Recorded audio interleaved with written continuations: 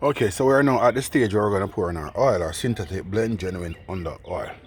So what will you do now? Follow the sequence. You're going to pour the first bottle in, and when you pour the first bottle in, you need to look under the car to ensure that there's no leak, no bung is not leaked. The bung is not leaking, oil filter is not leaking, alright? Then you're going to pour the first three. After you pour the first three, you're going to check with the dipstick to see the oil level and see how much more you need, because sometimes not all the oil that we have taken out is completely drained from the system.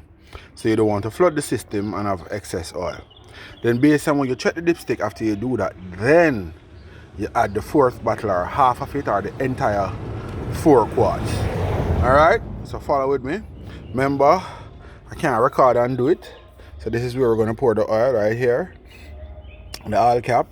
So hence why I can't actually show you me pouring it. Right?